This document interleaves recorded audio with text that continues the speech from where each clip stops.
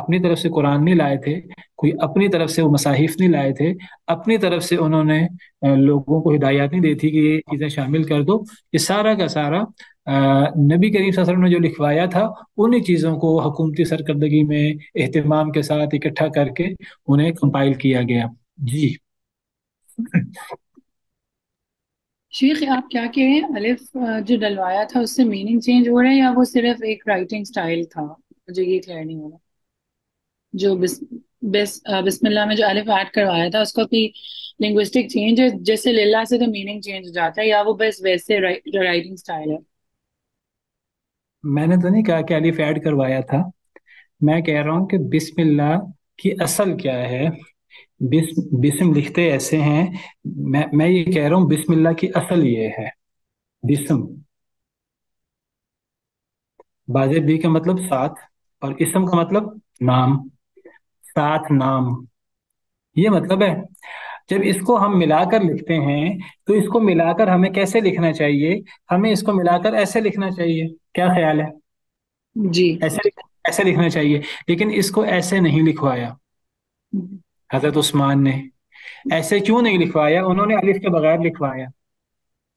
ہمیں کیسے پتہ لگا انہوں نے الف کے بغیر لکھوایا؟ کیونکہ ہمارے پاس جو قرآن ہے ان میں یہ الف کے بغیر لکھا ہوا ہے. آپ کو یہ نظر آ رہا ہے بسم اللہ ہی الف کے بغیر لکھا ہوا ہے. ٹھیک ہے.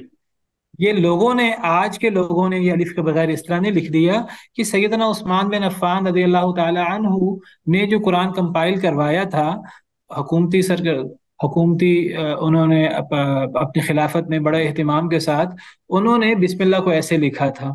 انہوں نے ایسے کیوں لکھا تھا بسم اللہ کو؟ حضرت عثمان کی ہدایات کی وجہ سے نہیں. حضرت عثمان نے کوئی نیا طریقہ ایجاد نہیں کیا تھا.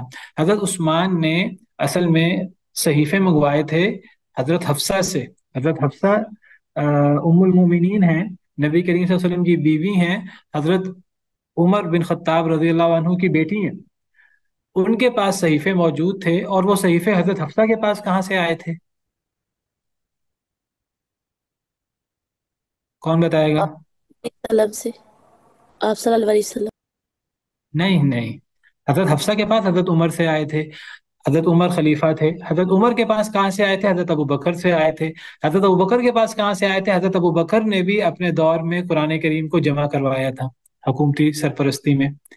ایک قرآن کی تدوین، قرآن کی کمپائلیشن حضرت عثمان کے دور میں ہوئی ہے. اس سے پہلے ایک قرآن کی کمپائلیشن، قرآن کی تدوین حضرت ابو بکر صدیق کے دور میں ہوئی ہے. شیخ یہ جو کمپائلیشنز کا مقصد تھا وہ یہی تھا نا کہ اس کو ایک کمپریہنسو طریقے سے لکھا جائے آسانی کے لیے، یہ مقصد یہ تھا؟ جی بہت سارے مخالف تھے.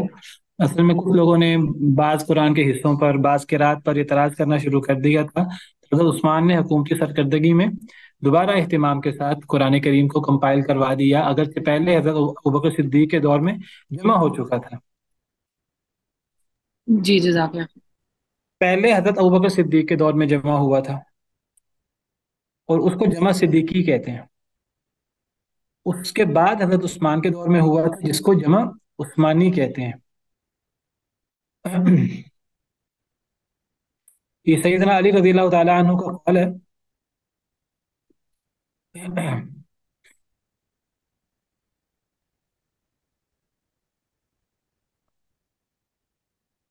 جی آپ کو نظر آ رہا ہے؟ جی سر. علی فرماتے ہیں یرحم اللہ ابا بکر هو اول من جمع بین اللوحین. اللہ تعالیٰ سیدنا ابوبکر صدیق پر رحم کرے، انہوں نے قرآن کریم کو دو گتوں کے درمیان سب سے پہلے جمع کیا. تو سب سے پہلے حضرت ابوبکر صدیق نے قرآن کریم، صحیح بخاری میں موجود ہے، سب سے پہلے حضرت ابوبکر صدیق نے قرآن کریم کو بین الدفتین، دو جلدوں کے درمیان جمع کیا. حضرت ابوبکر صدیق نے کہاں سے جمع کیا تھا؟ اصل میں حضرت ابوبکر صدیق سے پہلے یہ کام نبی کریم صلی اللہ علیہ وسلم اپنی حیات طیبہ میں کر گئے تھے. نبی کریم صلی اللہ علیہ وسلم پر جو بھی قرآن نازل ہوا تھا، آپ پر جتنا قرآن نازل ہوتا تھا آپ اس کو لکھوا لیتے تھے. آپ نے صحابہ کرام، کاتبین وحی